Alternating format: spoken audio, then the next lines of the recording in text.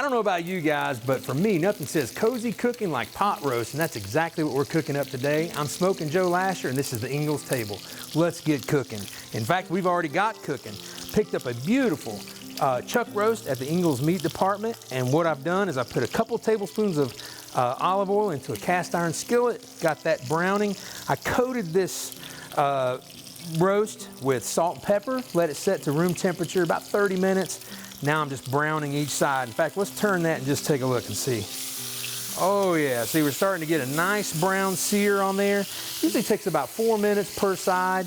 You want to watch your temperature though, because it's real easy with that oil and this searing to smoke up your kitchen and or worse.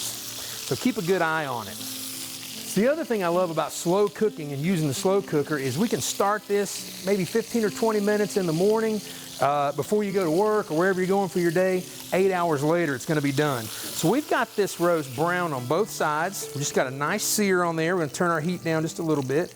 We're going to put that right into the slow cooker. Next thing we're going to do is we're going to take this same hot pan, and I've got some large yellow onion chunks. We're going to pour that right in there.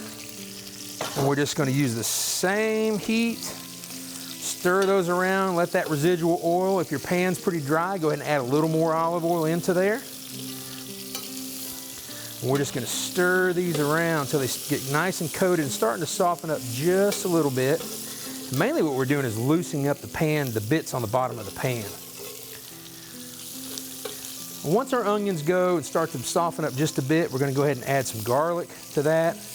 And boy, watch this flavor explosion start to happen. The smells are just amazing. So again, we don't want to get too quick. We don't want to really burn anything. We just want to brown that.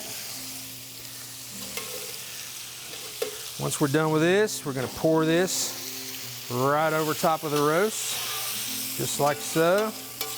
Pour that onion, garlic, and oil in there. We're going to return the pan to the heat. I've got a couple of tablespoons of olive oil, or not olive oil, Worcestershire sauce. Sorry, the olive oil is already in there.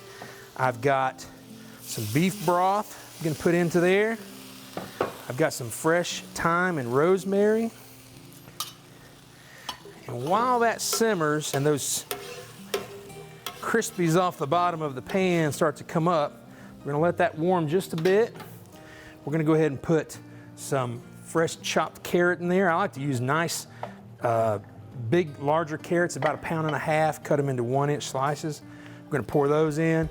And I love these tri-colored fingerling potatoes. You can use Yukon Golds, whatever you'd like, but leave them whole just like that. And they're going to cook down all day. So now, our mixture is sizzled just enough. We're going to scrape any pan drippings, anything we can get off the bottom of that. We're just going to pour that right over here, right into the pot. And cut our heat on there and literally pop the lid on, set it on low, give it about 8 hours. When you come home from work, you're going to have a delicious pot roast, and I've got one ready just for you. Let's take a look. All right, so 8 hours later, snap, we've come home. Now I've already had this one going for about 8 hours. I'm gonna pull the lid off of here, and I wish this was smell-o-vision because this smells delicious. So what I have is a perfectly done pot roast. These potatoes are just so soft to the touch. So what we're gonna do is I'm just gonna take these potatoes and carrots and put them right into this bowl like so. And you could actually put this on a platter, or if you're gonna make food for a week, I'm gonna tell you what I like to do with the recipe, or with the leftovers in just a moment. But that beef just absolutely shreds apart. I mean, you can just see right there how easy that falls apart after 8 hours. A lot of the fat is cooked out and rendered out, and what hasn't, you can just pick it out of there.